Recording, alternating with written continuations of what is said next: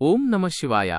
ಮೇಷರಾಶಿಯ ಆತ್ಮೀಯರೇ, ಇಂದಿನ ಈ ದಿನವು ಬಹಳ ವಿಶೇಷವಾದ ಘಳಿಗೆಗಳನ್ನು ಹೊತ್ತು ತಂದಿದೆ ಮತ್ತು ನಾನು ಈಗ ಹಂಚಿಕೊಳ್ಳಲಿರುವ ಸಂಗತಿಯು ನಿಮ್ಮಲ್ಲಿ ಆಶ್ಚರ್ಯದ ಅಲೆ ಎಬ್ಬಿಸಬಹುದು.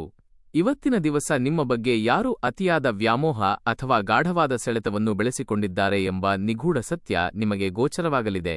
ಗೀಳು ಅಥವಾ ವ್ಯಾಮೋಹ ಎಂಬ ಪದ ಪ್ರಸ್ತಾಪವಾದಾಗ ನೀವು ಕೌತುಕದಿಂದ ಹುಬ್ಬೇರಿಸಬಹುದು. ಆದರೆ ಇಲ್ಲಿ ನಾವು ಗಮನಿಸಬೇಕಾದ ಮೂಲಾಂಶವೇನೆಂದರೆ, ಇದು ಕೇವಲ ಬಾಹ್ಯರೂಪದ ಆಕರ್ಷಣೆಯಲ್ಲ, ಬದಲಾಗಿ ನಿಮ್ಮ ಕುರಿತು ವ್ಯಕ್ತಿಯೊಬ್ಬರ ಅಂತರಂಗದಲ್ಲಿರುವ ಅತ್ಯಂತ ತೀವ್ರವಾದ ಅನುರಾಗವಾಗಿದೆ. ಈ ಲೋಕದಲ್ಲಿ ಪ್ರತಿಯೊಬ್ಬರೂ ತಮ್ಮ ಒಳಗಿನ ಒಲವನ್ನು ಬಹಿರಂಗವಾಗಿ ಘೋಷಿಸಿಕೊಳ್ಳುವುದಿಲ್ಲ. ಕೆಲವರು ಮೇಲ್ನೋಟಕ್ಕೆ ಯಾವುದಕ್ಕೂ ಸಂಬಂಧವಿಲ್ಲದಂತೆ ಅತಿ ಸಾಧಾರಣವಾಗಿ ನಡೆದುಕೊಂಡರೂ ಒಳಗಿನಿಂದ ನಿಮ್ಮ ಬಗ್ಗೆ ಅಪಾರವಾದ ಗಂಭೀರತೆಯನ್ನು ಕಾಪಾಡಿಕೊಂಡಿರುತ್ತಾರೆ. ಅವರು ನಿಮ್ಮ ಪ್ರತಿ ನಡೆಯನ್ನು, ನಿಮ್ಮ ಪ್ರತಿಯೊಂದು ಸಣ್ಣ ಕ್ರಿಯೆಯನ್ನು ಗುಪ್ತವಾಗಿ ಗಮನಿಸುತ್ತಿರುತ್ತಾರೆ ಮತ್ತು ಪ್ರಕಟಪಡಿಸದೆಯೇ ನಿಮ್ಮ ಬಗ್ಗೆ ಅತೀವ ಒಲವು ಹೊಂದಿರುತ್ತಾರೆ. ಇಂದು ಅಂತಹ ಅಡಗಿರುವ ಭಾವನೆಗಳನ್ನು ನೀವು ಸ್ಪಷ್ಟವಾಗಿ ಗ್ರಹಿಸುವಂತಹ ಕ್ಷಣಗಳು ಎದುರಾಗಲಿವೆ. ಮುಂಜಾನೆಯಿಂದಲೇ ನಿಮಗೆ ಯಾವುದೋ ಒಂದು ವಿಶಿಷ್ಟವಾದ ಮಾನಸಿಕ ಬದಲಾವಣೆಯ ಅರಿವಾಗುತ್ತಿರಬಹುದು.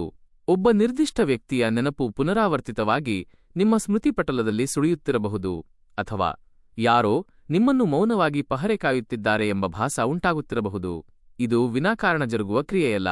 ನಮ್ಮ ಅಂತಃಪ್ರಜ್ಞೆಯು ಯಾರಾದರೂ ನಮಗಾಗಿ ವಿಶೇಷವಾದ ಸಂವೇದನೆ ಹೊಂದಿದ್ದಾರೆ ಎಂಬ ಮುನ್ಸೂಚನೆಯನ್ನು ಆರಂಭದಲ್ಲೇ ತಲುಪಿಸುತ್ತದೆ. ಮೇಷರಾಶಿಯವರು ಅಪ್ಪಟ ಪ್ರಾಮಾಣಿಕತೆ ಮತ್ತು ನೇರ ನುಡಿಯ ವ್ಯಕ್ತಿತ್ವದವರು. ನಿಮ್ಮ ಮನದ ಅನಿಸಿಕೆಯನ್ನು ನೀವು ಮುಚ್ಚುಮರೆಯಿಲ್ಲದೆ ಹೇಳುತ್ತೀರಿ. ಆದರೆ ಎಲ್ಲರ ಸ್ವಭಾವವು ನಿಮ್ಮಂತೆಯೇ ಇರುವುದಿಲ್ಲ. ಕೆಲವು ಮನುಷ್ಯರು ತಮ್ಮ ಭಾವನೆಗಳನ್ನು ಗೋಪ್ಯವಾಗಿ ಇಟ್ಟುಕೊಳ್ಳುತ್ತಾರೆ, ಸೂಕ್ತವಾದ ಸಮಯಕ್ಕಾಗಿ ಹವಣಿಸುತ್ತಾರೆ ಮತ್ತು ಕಾಲಕ್ರಮೇಣ ತಮ್ಮ ನಡೆನುಡಿಯ ಮೂಲಕ ಅದನ್ನು ಹೊರಹಾಕುತ್ತಾರೆ. ಇಂದು ಅದೇ ರೀತಿಯ ಒಂದು ಅತೀಂದ್ರಿಯ ಶಕ್ತಿಯು ನಿಮ್ಮ ಸುತ್ತಮುತ್ತ ಸಕ್ರಿಯವಾಗಿದೆ. ಇಲ್ಲಿ ನಾವು ಅರಿಯಬೇಕಾದ ಒಂದು ನಿರ್ಣಾಯಕ ಅಂಶವಿದೆ. ಎಲ್ಲರೂ ಪ್ರಕಟಗೊಳ್ಳಲು ಸಿದ್ಧರಿರುವುದಿಲ್ಲ. ಆದರೆ ನಿರಂತರವಾಗಿ ನಿಮ್ಮತ್ತ ಸೆಳೆಯಲ್ಪಡುವ, ನೀವು ಆಡಿದ ಹಳೆಯ ಮಾತುಗಳನ್ನು ಕಂಠಪಾಠದಂತೆ ನೆನಪಿಟ್ಟುಕೊಳ್ಳುವ ಮತ್ತು ನಿಮ್ಮ ಉಪಸ್ಥಿತಿಯಲ್ಲಿ ಒಂದು ತೆರನಾದ ವ್ಯತ್ಯಾಸ ತೋರುವ ವ್ಯಕ್ತಿಯು ಖಂಡಿತ ವಿಭಿನ್ನವಾಗಿರುತ್ತಾನೆ. ಇಂದು ಯಾರಾದರೂ ನಿಮ್ಮ ಮೇಲೆ ಅತಿಯಾದ ಲಕ್ಷ್ಯ ವಹಿಸುವುದು, ನಿಮ್ಮ ವಿಚಾರಗಳನ್ನು ಬಹಳ ಆದ್ಯತೆಯಿಂದ ಆಲಿಸುವುದು ಅಥವಾ ಕಾರಣವಿಲ್ಲದೆಯೇ ನಿಮಗೆ ಸಹಾಯಹಸ್ತ ಚಾಚಲು ಮುನ್ನೆಲೆಗೆ ಬರುವುದನ್ನು ನೀವು ಗುರುತಿಸಬಹುದು. ಇವು ಮೇಲ್ನೋಟಕ್ಕೆ ಸಣ್ಣ ಸಂಗತಿಗಳಂತೆ ಕಂಡರೂ ವಾಸ್ತವದ ಸತ್ಯವು ಅನಾವರಣಗೊಳ್ಳುವ ಸ್ಥಳಗಳು ಇಲ್ಲಿಯೇ ಅಡಗಿವೆ. ಇತರ ರಾಶಿಗಳಿಗೆ ಹೋಲಿಸಿದರೆ ಕರ್ಕ ಮತ್ತು ಮೀನರಾಶಿಯವರು ಇಂದು ಹೆಚ್ಚು ಭಾವುಕರಾಗಿರುತ್ತಾರೆ. ಆದರೆ ಮೇಷರಾಶಿಯವರಿಗೆ ಇದು ವೈಯಕ್ತಿಕವಾದ ವಿಷಯವಾಗಿದೆ, ಏಕೆಂದರೆ ಇದು ನಿಮ್ಮ ಬದುಕಿನ ಒಬ್ಬ ವಿಶೇಷ ವ್ಯಕ್ತಿಗೆ ನೇರವಾಗಿ ಸಂಪರ್ಕ ಹೊಂದಿದೆ. ಪ್ರಾಮಾಣಿಕವಾಗಿ ಹೇಳುವುದಾದರೆ, ನಿಮ್ಮನ್ನು ಅತಿಯಾಗಿ ಆರಾಧಿಸುವ ವ್ಯಕ್ತಿಯು ಅದನ್ನು ಕನಿಷ್ಠ ಮಟ್ಟದಲ್ಲಿ ಪ್ರದರ್ಶಿಸುತ್ತಾರೆ, ಏಕೆಂದರೆ ಎಲ್ಲವನ್ನೂ ಒಮ್ಮೆಲೇ ಹೇಳಿಕೊಂಡರೆ ಮತ್ತು ನಿಮ್ಮಿಂದ ಅಂತಹದ್ದೇ ಪ್ರತಿಕ್ರಿಯೆ ಬರದಿದ್ದರೆ ಇರುವ ಸಂಬಂಧವೇ ಮುರಿದು ಬೀಳಬಹುದು ಎಂಬ ಭೀತಿ ಅವರಿಗಿರುತ್ತದೆ. ಈ ಕಾರಣಕ್ಕಾಗಿಯೇ ಅವರು ನಿಧಾನಗತಿಯ ಹಾದಿ ಹಿಡಿಯುತ್ತಾರೆ, ನಿಮ್ಮನ್ನು ಪೂರ್ಣವಾಗಿ ಅರ್ಥೈಸಿಕೊಳ್ಳುತ್ತಾರೆ ಮತ್ತು ಪವಿತ್ರವಾದ ಸಮಯಕ್ಕಾಗಿ ಕಾಯುತ್ತಾರೆ. ಆದ್ದರಿಂದ ಇಂದು ನೀವು ಮಾಡಬೇಕಾದದ್ದು ಇಷ್ಟೇ: ಧಾವಂತ ಮಾಡಬೇಡಿ, ಮೌನವಾಗಿ ಅವಲೋಕಿಸಿ. ನಿಮ್ಮ ಬಗ್ಗೆ ಯಾರ ನಡವಳಿಕೆ ಸ್ವಲ್ಪ ವ್ಯತಿರಿಕ್ತವಾಗಿದೆ ಎಂದು ಗಮನಿಸಿ.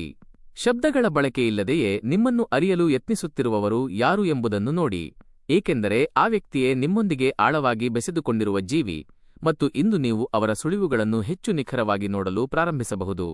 ಮೇಷರಾಶಿಯವರೇ, ಈಗ ಪ್ರಮುಖವಾಗಿ ಕಾಡುವ ಪ್ರಶ್ನೆಯೆಂದರೆ, ನಿಮ್ಮ ಬಗ್ಗೆ ಅತಿಯಾದ ಗಂಭೀರತೆ ಹೊಂದಿರುವ ಅಥವಾ ನಿಮ್ಮ ಬಗ್ಗೆ ಹುಚ್ಚು ಪ್ರೇಮ ಬೆಳೆಸಿಕೊಂಡಿದ್ದಾರೆ ಎಂದು ಹೇಳಬಹುದಾದ ಆ ವ್ಯಕ್ತಿ ಯಾರು? ಭಾವನೆಗಳನ್ನು ಅಂದಾಜಿಸುವುದು ಸುಲಭ, ಆದರೆ ಸರಿಯಾದ ವ್ಯಕ್ತಿಯನ್ನು ಪತ್ತೆಹಚ್ಚುವುದು ಸವಾಲಿನ ಕೆಲಸ ಮತ್ತು ಹೆಚ್ಚಿನವರು ದಾರಿ ತಪ್ಪುವುದು ಇಲ್ಲೇ. ಆದ್ದರಿಂದ ಮೊದಲು ಒಂದು ಅಂಶವನ್ನು ಸ್ಪಷ್ಟಪಡಿಸಿಕೊಳ್ಳೋಣ: ಆ ವ್ಯಕ್ತಿ ಯಾರೋ ಸಂಪೂರ್ಣವಾಗಿ ಹೊಸಬರಲ್ಲ. ಕೆಲವೊಮ್ಮೆ ಅವರು ನಿಮ್ಮ ದಿನನಿತ್ಯದ ವಲಯದಲ್ಲಿರುವ ಯಾರೋ ಒಬ್ಬರಾಗಿರುತ್ತಾರೆ, ಆದರೆ ನೀವು ಅವರನ್ನು ಎಂದಿಗೂ ಆ ದೃಷ್ಟಿಕೋನದಲ್ಲಿ ಕಂಡಿರುವುದಿಲ್ಲ. ನೀವು ಅವರನ್ನು ನಿತ್ಯವೂ ನೋಡುತ್ತೀರಿ, ಮಾತುಕತೆ ನಡೆಸುತ್ತೀರಿ, ಆದರೆ ಅವರನ್ನು ಕೇವಲ ಒಬ್ಬ ಪರಿಚಿತ ವ್ಯಕ್ತಿ ಎಂದು ಭಾವಿಸಿ ಬದಿಗಿಟ್ಟಿದ್ದೀರಿ. ಈಗ ಅವರನ್ನು ಹೇಗೆ ಗುರುತಿಸುತ್ತೀರಿ? ನೋಡಿ, ಇಲ್ಲಿ ಯಾವುದೇ ಬೃಹತ್ ಸಂಕೇತಗಳಿರುವುದಿಲ್ಲ. ಎಲ್ಲವನ್ನೂ ಅತಿಸೂಕ್ಷ್ಮ ವಿವರಗಳ ಮೂಲಕ ಗ್ರಹಿಸಬೇಕಾಗುತ್ತದೆ ಮತ್ತು ಅವೇ ನೈಜ ಕುರುಹುಗಳು. ಉದಾಹರಣೆಗೆ, ಮೊದಲ ಗುರುತು ಅವರ ದೃಷ್ಟಿ. ಒಬ್ಬ ವ್ಯಕ್ತಿ ನಿಮ್ಮನ್ನು ಮನಸಾರೆ ಪ್ರೀತಿಸಿದಾಗ ಅವರ ನೋಡುವ ಶೈಲಿ ಬದಲಾಗುತ್ತದೆ. ಅವರು ಇತರ ಮನುಷ್ಯರನ್ನು ಕಾಣುವ ರೀತಿಯಲ್ಲಿ ನಿಮ್ಮನ್ನು ಕಾಣುವುದಿಲ್ಲ. ಅಲ್ಲಿ ಒಂದು ಮೃದುತ್ವ, ಒಂದು ಕ್ಷಣದ ವಿರಾಮ ಮತ್ತು ವಿಶಿಷ್ಟವಾದ ಏಕಾಗ್ರತೆ ಇರುತ್ತದೆ. ಎರಡನೆಯದಾಗಿ, ನೀವು ವ್ಯಕ್ತಪಡಿಸುವ ವಿಚಾರಗಳ ಬಗ್ಗೆ ಅವರಿಗಿರುವ ಕುತೂಹಲ. ನೀವು ಏನನ್ನು ಹೇಳುತ್ತೀರೋ ಅದನ್ನು ಅವರು ಕೇವಲ ಕೇಳಿಸಿಕೊಳ್ಳುವುದಿಲ್ಲ, ಬದಲಾಗಿ ಅದರಲ್ಲಿ ತನ್ಮಯರಾಗುತ್ತಾರೆ ಮತ್ತು ಬಹಳ ಕಾಲದ ನಂತರವೂ ಅದನ್ನು ಸ್ಮರಿಸುತ್ತಾರೆ. ಕೆಲವೊಮ್ಮೆ ಸ್ವತಃ ನೀವು ಮರೆತುಹೋದ ವಿಷಯಗಳನ್ನು ಅವರು ನೆನಪಿಟ್ಟಿರುತ್ತಾರೆ. ಇದು ಒಂದು ಸಣ್ಣ ಸಂಗತಿಯಂತೆ ಕಂಡರೂ ಆ ವ್ಯಕ್ತಿಯು ನಿಮ್ಮನ್ನು ಎಷ್ಟು ಗಾಢವಾಗಿ ಪರಿಗಣಿಸುತ್ತಿದ್ದಾನೆ ಎಂಬುದನ್ನು ಇದು ಸಾಬೀತುಪಡಿಸುತ್ತದೆ. ಮೂರನೆಯದಾಗಿ, ನಿಮ್ಮ ಇರುವಿಕೆಯಿಂದ ಉಂಟಾಗುವ ಪ್ರಭಾವ. ನೀವು ಆ ಸ್ಥಳದಲ್ಲಿದ್ದರೆ ಅವರು ಸ್ವಲ್ಪ ಹೆಚ್ಚು ಚಟುವಟಿಕೆಯಿಂದ ಇರುತ್ತಾರೆ, ಮತ್ತು ನೀವು ದೂರವಿದ್ದರೆ ಅವರು ನಿಮ್ಮನ್ನು ಗಮನಿಸುತ್ತಿರುತ್ತಾರೆ. ಅಂದರೆ ನಿಮ್ಮ ಉಪಸ್ಥಿತಿಯು ಅವರಿಗೆ ಅತ್ಯಂತ ಪ್ರಮುಖವಾಗಿರುತ್ತದೆ. ಇದು ಪ್ರತಿಯೊಬ್ಬರೊಂದಿಗೂ ಜರುಗುವ ಕ್ರಿಯೆಯಲ್ಲ. ಮತ್ತು ಮತ್ತೊಂದು ವಿಷಯವೆಂದರೆ ಪರೋಕ್ಷವಾದ ಕಾಳಜಿ. ಅವರು ನಿಮ್ಮನ್ನು ಇಷ್ಟಪಡುತ್ತಾರೆ ಎಂದು ನೇರವಾಗಿ ಘೋಷಿಸುವುದಿಲ್ಲ, ಆದರೆ ಅವರ ಪ್ರತಿಯೊಂದು ಕಾರ್ಯದಲ್ಲೂ ಅದು ವ್ಯಕ್ತವಾಗುತ್ತದೆ. ನಿಮಗೆ ನೆರವಾಗುವುದು, ನಿಮ್ಮ ಮಾನಸಿಕ ಸ್ಥಿತಿಯನ್ನು ಅರಿತು ನಡೆಯುವುದು ಅಥವಾ ಕಾರಣವಿಲ್ಲದೆ ನಿಮ್ಮ ಬೆಂಬಲಕ್ಕೆ ನಿಲ್ಲುವುದು, ಇದೆಲ್ಲವೂ ತಕ್ಷಣಕ್ಕೆ ಗೋಚರಿಸದಿದ್ದರೂ ಕ್ರಮೇಣವಾಗಿ ಸ್ಪಷ್ಟವಾಗುತ್ತದೆ. ಈಗ ಇಲ್ಲಿ ಒಂದು ಗೊಂದಲದ ಸಾಧ್ಯತೆಯಿದೆ. ಸ್ನೇಹದಿಂದ ವರ್ತಿಸುವ ಪ್ರತಿಯೊಬ್ಬ ವ್ಯಕ್ತಿಯೂ ನಿಮ್ಮನ್ನು ಇಷ್ಟಪಡುತ್ತಾರೆ ಎಂಬ ತೀರ್ಮಾನಕ್ಕೆ ಬರಬೇಡಿ. ಆದ್ದರಿಂದ ಇಂದು ನೀವು ಕೇವಲ ಭಾವನೆಗಳಿಗೆ ಮಾರುಹೋಗದೆ ತುಲನೆ ಮಾಡಿ ನೋಡಿ. ಅವರು ನಿಮ್ಮೊಂದಿಗೆ ವರ್ತಿಸುವ ರೀತಿಗೂ ಇತರರೊಂದಿಗೆ ವರ್ತಿಸುವ ರೀತಿಗೂ ವ್ಯತ್ಯಾಸವಿದೆಯೇ ಎಂದು ಗಮನಿಸಿ. ನಿಮ್ಮ ವಿಚಾರದಲ್ಲಿ ಅವರ ನಡೆ ವಿಶಿಷ್ಟವಾಗಿದ್ದರೆ ವಿಷಯ ಆಳವಾಗಿದೆ ಎಂದು ನೀವು ಅರಿಯಲು ಶುರುವಾಗುತ್ತೀರಿ. ಮತ್ತೊಂದು ಸಂಗತಿಯೆಂದರೆ, ಮೇಷರಾಶಿಯ ಜನರಿಗೆ ತರಾತುರಿಯಲ್ಲಿ ತೀರ್ಮಾನ ತೆಗೆದುಕೊಳ್ಳುವ ಅಭ್ಯಾಸವಿರುತ್ತದೆ. ಅವರು ಒಂದೆರಡು ಸಂಕೇತಗಳನ್ನು ಕಂಡ ತಕ್ಷಣ ಇದೇ ಅದು ಎಂದು ನಿರ್ಧರಿಸಿಬಿಡುತ್ತಾರೆ. ಆದರೆ ಇಂದು ಅಂತಹ ಆತುರ ತೋರಬೇಡಿ. ನಿಮಗೆ ನೀವೇ ಸ್ವಲ್ಪ ಕಾಲಾವಕಾಶ ನೀಡಿ ಪರಿಸ್ಥಿತಿಯನ್ನು ಅವಲೋಕಿಸಿ. ಅವರ ವರ್ತನೆ ಸ್ಥಿರವಾಗಿದೆಯೇ ಎಂದು ಪರೀಕ್ಷಿಸಿ. ಏಕೆಂದರೆ ನಿಮ್ಮನ್ನು ಪ್ರಾಮಾಣಿಕವಾಗಿ ಪ್ರೀತಿಸುವವರು ಒಂದೆರಡು ದಿನಗಳ ಕಾಲ ಮಾತ್ರ ಈ ರೀತಿ ಇರುವುದಿಲ್ಲ, ಅವರು ಸುದೀರ್ಘವಾಗಿ ಹಾಗೆಯೇ ಇರುತ್ತಾರೆ. ಅವರು ಕ್ರಮೇಣವಾಗಿ ತಮ್ಮ ಇರುವಿಕೆಯನ್ನು ನಿಮಗೆ ಮನವರಿಕೆ ಮಾಡುತ್ತಾರೆ. ಮಿಥುನ ಮತ್ತು ತುಲಾರಾಶಿಯವರು ಇಂದು ಸ್ವಲ್ಪ ಹೆಚ್ಚು ವ್ಯಕ್ತಪಡಿಸುವ ಪ್ರವೃತ್ತಿ ಹೊಂದಿದ್ದರೂ ಮೇಷರಾಶಿಯವರಿಗೆ ಮಾತ್ರ ವಿಷಯಗಳು ಅಂತರ್ಗತವಾಗಿವೆ. ಎಲ್ಲವೂ ಮೇಲ್ನೋಟಕ್ಕೆ ಕಾಣಿಸುವುದಿಲ್ಲ, ನೀವೇ ಅದನ್ನು ಭೇದಿಸಬೇಕು. ಅಸಲಿಗೆ ನಿಮ್ಮನ್ನು ನಿಜವಾಗಿ ಪ್ರೀತಿಸುವ ವ್ಯಕ್ತಿಯು ಅತ್ಯಂತ ನೈಜವಾಗಿರುತ್ತಾನೆ, ಅಲ್ಲಿ ಕೃತಕತೆ ಇರುವುದಿಲ್ಲ. ಇಂದು ನೀವು ಮಾಡಬೇಕಿರುವುದು ಇಷ್ಟೇ: ಆತುರದ ತೀರ್ಪು ನೀಡಬೇಡಿ, ಸೂಕ್ಷ್ಮತೆಗಳಿಗೆ ಬೆಲೆ ನೀಡಿ ಮತ್ತು ಸಂಕೇತಗಳನ್ನು ಅರ್ಥೈಸಿಕೊಳ್ಳಿ. ಮೇಷರಾಶಿಯವರೇ, ಈಗ ಬಹಳ ಮುಖ್ಯವಾದ ಘಟ್ಟವೆಂದರೆ, ಯಾರಾದರೂ ನಿಮ್ಮ ಬಗ್ಗೆ ಗಂಭೀರವಾಗಿದ್ದಾರೆ ಎಂಬ ಸಣ್ಣ ಸುಳಿವು ಸಿಕ್ಕ ನಂತರ ನೀವು ಮುಂದಿನ ಹೆಜ್ಜೆ ಏನು ಇಡಬೇಕು? ಹೆಚ್ಚಿನ ಜನರು ಇಲ್ಲಿಯೇ ಎಡವುತ್ತಾರೆ. ಅವರು ಒಂದೋ ಅತಿಯಾಗಿ ಉದ್ವೇಗಕ್ಕೆ ಒಳಗಾಗಿ ಎಲ್ಲವನ್ನೂ ಬೇಗನೆ ಬಹಿರಂಗಪಡಿಸಲು ಯತ್ನಿಸುತ್ತಾರೆ, ಇಲ್ಲವೇ ಸಂಪೂರ್ಣವಾಗಿ ದೂರ ಸರಿದು ಅವಕಾಶವನ್ನು ಕಳೆದುಕೊಳ್ಳುತ್ತಾರೆ. ಆದ್ದರಿಂದ ಮೊದಲು ಶಾಂತವಾಗಿರಿ. ನೀವು ಇಲ್ಲಿಯವರೆಗೆ ಹೇಗೆ ವರ್ತಿಸುತ್ತಿದ್ದೀರೋ ಹಾಗೆಯೇ ಮುಂದುವರಿಯಿರಿ. ಇದ್ದಕ್ಕಿದ್ದಂತೆ ಅತಿಯಾದ ಆಪ್ತತೆ ತೋರುವುದು ಅಥವಾ ಕಠಿಣವಾಗಿ ದೂರವಾಗುವುದು ಆ ವ್ಯಕ್ತಿಯನ್ನು ಗೊಂದಲಕ್ಕೀಡು ಮಾಡಬಹುದು. ಆ ವ್ಯಕ್ತಿ ನಿಮ್ಮನ್ನು ನಿಜವಾಗಿ ಇಷ್ಟಪಡುತ್ತಿದ್ದರೆ ನಿಮ್ಮ ನೈಸರ್ಗಿಕ ಗುಣಗಳನ್ನೇ ಅವರು ಮೆಚ್ಚುತ್ತಾರೆ. ಆದ್ದರಿಂದ ನಿಮ್ಮ ವ್ಯಕ್ತಿತ್ವವನ್ನು ಬದಲಿಸಿಕೊಳ್ಳುವ ಅಗತ್ಯವಿಲ್ಲ. ಈಗ ಒಂದು ಗಂಭೀರ ಸಲಹೆ: ಹೆಚ್ಚು ಗಮನಿಸಿ ಮತ್ತು ಕಡಿಮೆ ಪ್ರತಿಕ್ರಿಯಿಸಿ. ಎಲ್ಲದಕ್ಕೂ ತಕ್ಷಣವೇ ಉತ್ತರ ನೀಡುವ ಅವಶ್ಯಕತೆಯಿಲ್ಲ. ಅವರು ಏನು ಮಾಡುತ್ತಿದ್ದಾರೆ ಮತ್ತು ಹೇಗೆ ನಡೆದುಕೊಳ್ಳುತ್ತಿದ್ದಾರೆ ಎಂಬುದನ್ನು ಜಾಗರೂಕತೆಯಿಂದ ನೋಡಿ. ಏಕೆಂದರೆ ಜನರು ಯಾವಾಗಲೂ ನೇರ ನುಡಿಗಳಿಂದ ಭಾವನೆ ವ್ಯಕ್ತಪಡಿಸುವುದಿಲ್ಲ, ಅವರ ಕ್ರಿಯೆಗಳೇ ಎಲ್ಲವನ್ನೂ ಸಾರಿ ಹೇಳುತ್ತವೆ. ನೀವು ಬಹಳ ಬೇಗ ಪ್ರತಿಕ್ರಿಯೆ ನೀಡಿದರೆ ಅನೇಕ ಮಹತ್ವದ ಸುಳಿವುಗಳನ್ನು ಮಿಸ್ ಮಾಡಿಕೊಳ್ಳಬಹುದು. ಮತ್ತೊಂದು ವಿಷಯವೆಂದರೆ, ಅನೇಕರು ಮಾಡುವ ತಪ್ಪೆಂದರೆ ಅವರನ್ನು ಪರೀಕ್ಷೆಗೆ ಒಡ್ಡುವುದು. ಬೇಕೆಂದೇ ನಿರ್ಲಕ್ಷಿಸುವುದು ಅಥವಾ ಅನುಚಿತವಾಗಿ ನಡೆದುಕೊಂಡು ಅವರು ನಿಮ್ಮನ್ನು ಪ್ರೀತಿಸುತ್ತಾರೆ ಎಂದು ಸಾಬೀತುಪಡಿಸಲು ಒತ್ತಡ ಹೇರುವುದು ಸಂಬಂಧವನ್ನು ಹಾಳು ಮಾಡಬಹುದು. ವ್ಯಕ್ತಿಯು ಅಪ್ಪಟವಾಗಿದ್ದರೆ ಅವರ ನಡವಳಿಕೆಯೇ ಎಲ್ಲವನ್ನೂ ಸಾಬೀತು ಮಾಡುತ್ತದೆ. ಇಂದು ವೇಗದ ಬಗ್ಗೆ ಎಚ್ಚರಿಕೆ ಇರಲಿ. ಎರಡು ಸಂಕೇತ ಸಿಕ್ಕ ತಕ್ಷಣ ಎಲ್ಲವೂ ಮುಗಿಯಿತು ಎಂದು ಭಾವಿಸಬೇಡಿ. ಸಮಯ ನೀಡಿ ಅವರ ವರ್ತನೆ ಸತತವಾಗಿದೆಯೇ ಎಂದು ಗಮನಿಸಿ. ಯಾಕೆಂದರೆ ನಿಜವಾದ ಬಂಧವು ಕ್ಷಣಕ್ಷಣಕ್ಕೆ ಬದಲಾಗುವುದಿಲ್ಲ. ಮತ್ತೊಂದು ಮುಖ್ಯ ಸಂಗತಿ: ನಿಮ್ಮ ಮಾನಸಿಕ ಸ್ಥಿಮಿತ ಕಳೆದುಕೊಳ್ಳಬೇಡಿ. ಅತಿಯಾಗಿ ಯೋಚಿಸಿ ನಿಮ್ಮ ದಿನಚರಿಯನ್ನು ಹಾಳು ಮಾಡಿಕೊಳ್ಳಬೇಡಿ. ಕೆಲಸವನ್ನು ಕಡೆಗಣಿಸುವುದು ಅಥವಾ ಎಲ್ಲವನ್ನೂ ದೂರವಿಡುವುದು ಸರಿಯಲ್ಲ. ನೀವು ಮಾನಸಿಕವಾಗಿ ದೃಢವಾಗಿದ್ದರೆ ಮಾತ್ರ ಇತರರು ನಿಮ್ಮನ್ನು ಗಂಭೀರವಾಗಿ ಪರಿಗಣಿಸುತ್ತಾರೆ. ಪ್ರಾಯೋಗಿಕವಾಗಿ ಹೇಳುವುದಾದರೆ, ಆ ವ್ಯಕ್ತಿಯು ಸಂಭಾಷಣೆಯನ್ನು ಬೆಳೆಸಲು ಯತ್ನಿಸಿದರೆ ನೀವು ಸ್ವಲ್ಪಮಟ್ಟಿಗೆ ಸ್ಪಂದಿಸಬಹುದು. ಆದರೆ ಎಲ್ಲವನ್ನೂ ಒಂದೇ ಬಾರಿಗೆ ತೆರೆದಿಡಬೇಡಿ. ಸ್ವಲ್ಪ ಜಾಗ ಮತ್ತು ನಿಗೂಢತೆಯನ್ನು ಕಾಪಾಡಿಕೊಳ್ಳಿ. ಇದು ಇತರರಲ್ಲಿ ಆಕರ್ಷಣೆಯನ್ನು ಉಳಿಸುತ್ತದೆ. ಮೌನವೂ ಕೂಡ ಒಂದು ಪ್ರಬಲ ಸಂವಹನ ಸಾಧನ ಎಂಬುದನ್ನು ಮರೆಯಬೇಡಿ. ಸಿಂಹ ಮತ್ತು ಧನು ರಾಶಿಯವರು ಇಂದು ಆತ್ಮವಿಶ್ವಾಸದಿಂದ ಇದ್ದರೂ ನೀವು ತಾಳ್ಮೆಯನ್ನು ಪಾಲಿಸಲೇಬೇಕು. ತಿಳುವಳಿಕೆಯು ಇಲ್ಲಿ ವೇಗಕ್ಕಿಂತಲೂ ಹೆಚ್ಚಿನ ಪ್ರಾಮುಖ್ಯತೆ ಪಡೆಯುತ್ತದೆ. ಒಟ್ಟಾರೆಯಾಗಿ ನೀವು ಸಮತೋಲನ ಕಾಪಾಡಿಕೊಳ್ಳುವುದು ಇಂದಿನ ಅವಶ್ಯಕತೆ. ಸತ್ಯವಾದದ್ದು ಯಾವುದಾದರೂ ಇದ್ದರೆ ಅದು ಸರಿಯಾದ ಹಾದಿಯಲ್ಲೇ ಸಾಗುತ್ತದೆ. ನಿಮ್ಮ ಬಗ್ಗೆ ಗಂಭೀರವಾಗಿರುವವರು ಸುಲಭವಾಗಿ ಹಿಂದೆ ಸರಿಯುವುದಿಲ್ಲ, ಅವರು ಸ್ಥಿರವಾಗಿ ನಿಮ್ಮನ್ನು ತಲುಪುತ್ತಾರೆ. ಈಗ ಸ್ವಲ್ಪ ಪ್ರಾಯೋಗಿಕ ವಿಚಾರಗಳತ್ತ ಗಮನಹರಿಸೋಣ. ಕೆಲಸ ಮತ್ತು ಹಣಕಾಸು. ಹೃದಯದ ವಿಷಯಗಳು ಒಂದು ಕಡೆಯಾದರೆ ವಾಸ್ತವ ಬದುಕಿನಲ್ಲಿ ವೃತ್ತಿಜೀವನವು ಅತಿ ಮುಖ್ಯ. ಇಂದು ಕೂಡ ವಿಷಯಗಳು ಅಷ್ಟು ಹಗುರವಾಗಿಲ್ಲ. ಸ್ವಲ್ಪ ಎಚ್ಚರಿಕೆ ವಹಿಸಬೇಕಾದ ದಿನವಿದು. ಸರಳವಾಗಿ ಹೇಳಬೇಕೆಂದರೆ ಇದು ಮಿಶ್ರ ಫಲಗಳ ಚೀಲ. ಆದರೆ ಅದರ ಚುಕ್ಕಾಣಿ ನಿಮ್ಮ ಕೈಯಲ್ಲೇ ಇದೆ. ನೀವು ನಿಮ್ಮ ಮೇಲೆ ನಿಯಂತ್ರಣ ಹೊಂದಿದ್ದರೆ ಅದು ಲಾಭದಾಯಕವಾಗಬಹುದು, ಇಲ್ಲದಿದ್ದರೆ ಸಣ್ಣ ವಿಚಾರಗಳು ಸಮಸ್ಯೆಯಾಗಬಹುದು. ನೀವು ಉದ್ಯೋಗದಲ್ಲಿದ್ದರೆ ಇಂದು ನಿಮ್ಮ ಏಕಾಗ್ರತೆ ಸ್ವಲ್ಪ ಭಂಗವಾಗಬಹುದು. ಕೆಲಸದ ನಡುವೆಯೂ ಮನಸ್ಸು ಆ ವ್ಯಕ್ತಿಯ ಅಥವಾ ಪರಿಸ್ಥಿತಿಯ ಸುತ್ತಲೇ ಸುತ್ತುತ್ತಿರುತ್ತದೆ. ಆದ್ದರಿಂದ ಇಲ್ಲಿ ತಪ್ಪುಗಳಾಗದಂತೆ ಎಚ್ಚರವಹಿಸುವುದು ಮೊದಲ ಆದ್ಯತೆ, ಏಕೆಂದರೆ ಸಣ್ಣ ಲೋಪದೋಷವನ್ನು ಮೇಲಧಿಕಾರಿಗಳು ಗಮನಿಸಬಹುದು. ನೀವು ನಿಮ್ಮನ್ನು ನಿಯಂತ್ರಿಸಿಕೊಂಡು ಕೆಲಸದ ಮೇಲೆ ಲಕ್ಷ್ಯ ಹರಿಸಿದರೆ ಇಂದು ಬಲವಾದ ಪ್ರಭಾವ ಬೀರಬಹುದು ಮತ್ತು ನಿಮ್ಮ ಶ್ರಮಕ್ಕೆ ಮನ್ನಣೆ ಸಿಗಬಹುದು. ವ್ಯವಹಾರಸ್ಥರ ಬಗ್ಗೆ ಹೇಳುವುದಾದರೆ, ಸ್ವಂತ ಉದ್ಯಮ ನಡೆಸುವವರು ಇಂದು ಹೊಸ ಚಿಂತನೆ ಅಥವಾ ಅವಕಾಶವನ್ನು ಕಾಣಬಹುದು.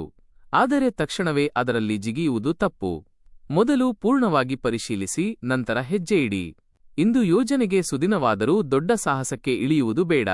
ಹಣಕಾಸಿನ ವಿಷಯದಲ್ಲೂ ಅಷ್ಟೇ. ಆದಾಯ ಮತ್ತು ಖರ್ಚು ಎರಡೂ ಸಮನಾಗಿರಲಿದೆ. ಅನಗತ್ಯ ವೆಚ್ಚಗಳಿಗೆ ಬ್ರೇಕ್ ಹಾಕಿ. ಅಗತ್ಯವಿಲ್ಲದ ವಸ್ತುಗಳ ಮೇಲೆ ಹಣ ವ್ಯಯಿಸಬೇಡಿ. ಯಾರೋ ಹೇಳಿದ ಹೂಡಿಕೆಯ ಆಸೆಗಳಿಗೆ ಮರುಳಾಗಬೇಡಿ.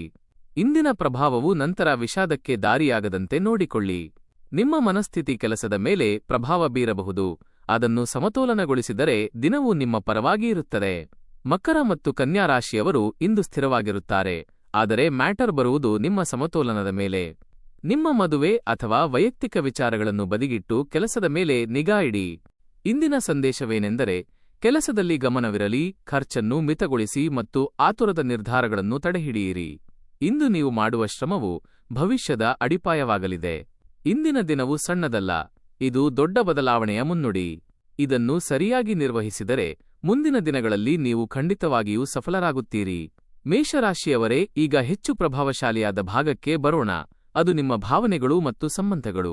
ಇಂದು ನೀವು ಸ್ವಲ್ಪ ಭಾವುಕರಾಗಿದ್ದರೂ ಈ ಭಾವನೆಗಳು ನಿಮ್ಮನ್ನು ಬೆಳೆಸಲು ಬಂದಿವೆಯೇ ಹೊರತು ಗೊಂದಲಕ್ಕೀಡು ಮಾಡುವುದಕ್ಕಲ್ಲ. ಸಂಬಂಧದಲ್ಲಿದ್ದರೆ ಸಣ್ಣ ವಿಷಯಗಳನ್ನು ಅತಿಯಾಗಿ ಹಚ್ಚಿಕೊಳ್ಳಬೇಡಿ. ಆಗಾಗ್ಗೆ ನಾವು ಇತರರ ಮಾತುಗಳನ್ನು ತಪ್ಪಾಗಿ ಅರ್ಥೈಸಿಕೊಂಡು ಕಿರಿಕಿರಿ ಮಾಡಿಕೊಳ್ಳುತ್ತೇವೆ. ಅಲ್ಲೇ ತಪ್ಪು ತಿಳುವಳಿಕೆಗಳು ಮೊಳಕೆಯೊಡೆಯುತ್ತವೆ. ಆದ್ದರಿಂದ ಇಂದು ತಕ್ಷಣವೇ ಸಿಡಿಯಬೇಡಿ.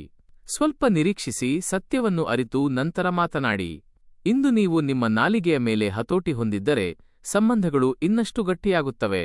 ಒಂದು ವೇಳೆ ಕೋಪದಲ್ಲಿ ಅಹಿತಕರವಾಗಿ ಮಾತನಾಡಿದರೆ ನಂತರ ಪಶ್ಚಾತ್ತಾಪ ಪಡಬೇಕಾಗಬಹುದು. ಅಪೂರ್ಣ ಮಾಹಿತಿಯನ್ನು ನಂಬುವುದು ಅತಿದೊಡ್ಡ ತಪ್ಪು. ಯಾವುದಾದರೂ ವಿಷಯ ಸ್ಪಷ್ಟವಿಲ್ಲದಿದ್ದರೆ ಅದನ್ನು ಪೂರ್ಣವಾಗಿ ವಿಚಾರಿಸಿ. ಈ ಹಂತದಲ್ಲಿ ಜೈ ಶ್ರೀರಾಮ್ ಎಂದು ಸ್ಮರಿಸುವುದರಿಂದ ನಿಮ್ಮ ಮನಸ್ಸು ಶಾಂತವಾಗುತ್ತದೆ ಮತ್ತು ಸಕಾರಾತ್ಮಕ ಶಕ್ತಿ ನೆಲೆಸುತ್ತದೆ. ಒಂಟಿಯಾಗಿರುವವರಿಗೆ ಇಂದು ಹೃದಯವು ಸ್ವಲ್ಪ ಹೆಚ್ಚು ಮಿಡಿಯಬಹುದು. ಒಬ್ಬ ವ್ಯಕ್ತಿಯ ಬಗ್ಗೆ ಪದೇ ಪದೇ ಆಲೋಚನೆ ಬರುವುದು ಸಹಜ. ಬಹುಶಃ ಆ ವ್ಯಕ್ತಿಯೇ ನಿಮ್ಮ ಬಗ್ಗೆ ಅತೀವ ಕಾಳಜಿ ಹೊಂದಿರುವವರಾಗಿರಬಹುದು. ಆದರೆ ತಕ್ಷಣವೇ ಯಾವುದೇ ತೀರ್ಮಾನಕ್ಕೆ ಬರಬೇಡಿ. ನೈಜ ಸಂಬಂಧಗಳು ಸಮಯದೊಂದಿಗೆ ಮಾಗುತ್ತವೆ. ಕುಟುಂಬದ ವಿಷಯಕ್ಕೆ ಬಂದರೆ ಮನೆಯಲ್ಲಿ ವಾತಾವರಣ ಹಿತಕರವಾಗಿರುತ್ತದೆ. ಆದರೆ ಸಣ್ಣ ವಿಷಯಗಳಿಗೂ ವಾಗ್ವಾದ ಉಂಟಾಗಬಹುದು. ವಿಶೇಷವಾಗಿ ಸ್ತ್ರೀ ಸದಸ್ಯರೊಂದಿಗೆ ಸಂಯಮದಿಂದ ವರ್ತಿಸಿ. ಎಲ್ಲದಕ್ಕೂ ಉತ್ತರಿಸುವ ಅನಿವಾರ್ಯತೆ ಇರುವುದಿಲ್ಲ. ನಿಮ್ಮ ಮನಸ್ಸು ಇಂದು ಹೆಚ್ಚು ಕ್ರಿಯಾಶೀಲವಾಗಿರುತ್ತದೆ. ಒಂದೇ ವಿಷಯದ ಬಗ್ಗೆ ಚಿಂತಿಸುತ್ತಿರುತ್ತದೆ. ಅದರಲ್ಲಿ ಸಿಲುಕಿಕೊಳ್ಳದೆ ನಿಮ್ಮನ್ನು ಕೆಲಸದಲ್ಲಿ ತೊಡಗಿಸಿಕೊಳ್ಳಿ. ಭಾವನೆಗಳ ಮೇಲೆ ನಿಯಂತ್ರಣವಿದ್ದರೆ ಇಂದು ನಿಮಗೆ ಶುಭ ದಿನ. ವೃಶ್ಚಿಕ ಮತ್ತು ಮೀನರಾಶಿಯವರು ಭಾವುಕರಾಗಿದ್ದರೂ ಮೇಷರಾಶಿಯವರು ಬಲಿಷ್ಠರಾಗಿರಬೇಕು. ಮಧ್ಯಾಹ್ನದ ಹಾದಿಯನ್ನು ಆರಿಸಿಕೊಳ್ಳಿ, ಅದುವೇ ಶ್ರೇಷ್ಠ. ನಿಮ್ಮನ್ನು ಪ್ರೀತಿಸುವವರು ಆತುರಪಡುವುದಿಲ್ಲ, ಅವರು ನಿಧಾನವಾಗಿ ಸನಿಹಕ್ಕೆ ಬರುತ್ತಾರೆ. ಅಂತಿಮವಾಗಿ ಮೇಷರಾಶಿಯವರೇ, ನಿಮ್ಮ ಇಂದಿನ ದಿನವನ್ನು ಸುವ್ಯವಸ್ಥಿತಗೊಳಿಸುವ ಚಿಹ್ನೆಗಳ ಬಗ್ಗೆ ತಿಳಿಯೋಣ. ಇಂದಿನ ಶುಭವರ್ಣ ಕೆಂಪು. ಇದು ನಿಮಗೆ ಧೈರ್ಯ ಮತ್ತು ಸ್ಥಿರತೆಯನ್ನು ಒದಗಿಸುತ್ತದೆ. ಕನಿಷ್ಠ ಪಕ್ಷ ಒಂದು ಸಣ್ಣ ಕೆಂಪು ವಸ್ತುವನ್ನಾದರೂ ಹತ್ತಿರವಿಟ್ಟುಕೊಳ್ಳಿ. ಇಂದಿನ ಅದೃಷ್ಟದ ಸಂಖ್ಯೆ 9. ಯಾವುದಾದರೂ ಸಣ್ಣ ನಿರ್ಧಾರಕ್ಕೆ ಈ ಸಂಖ್ಯೆಯನ್ನು ಬಳಸಿಕೊಳ್ಳಬಹುದು. ಇಂದು ನೀವು ಮಾಡಬೇಕಾದ ಸರಳ ಪರಿಹಾರವೆಂದರೆ, ಬಿಡುವು ಸಿಕ್ಕಾಗ ಶಾಂತವಾಗಿ ಕುಳಿತು ಹನುಮಂತನನ್ನು ಸ್ಮರಿಸುತ್ತಾ ಓಂ ಹನುಮತೆ ನಮಃ ಎಂದು 11 ಬಾರಿ ಪಠಿಸಿ. ಹೃದಯಪೂರ್ವಕವಾಗಿ ಪ್ರಾರ್ಥಿಸಿ. ಸಾಧ್ಯವಾದರೆ ಇಂದು ನಿರ್ಗತಿಕರಿಗೆ ಸ್ವಲ್ಪ ಸಿಹಿಯನ್ನು ದಾನ ಮಾಡಿ. ಇದು ಸಕಾರಾತ್ಮಕತೆಯನ್ನು ಹೆಚ್ಚಿಸುತ್ತದೆ. ಇಂದು ನೀವು ಪಡೆದ ಪ್ರತಿಯೊಂದು ಸಂಕೇತಕ್ಕೂ ಒಂದು ಗುಪ್ತಾರ್ಥವಿದೆ. ನೀವು ಅದನ್ನು ಅರ್ಥಮಾಡಿಕೊಳ್ಳುತ್ತೀರೋ ಅಥವಾ ಬಿಡುತ್ತೀರೋ ಅದು ನಿಮ್ಮ ವಿವೇಚನೆಗೆ ಬಿಟ್ಟದ್ದು.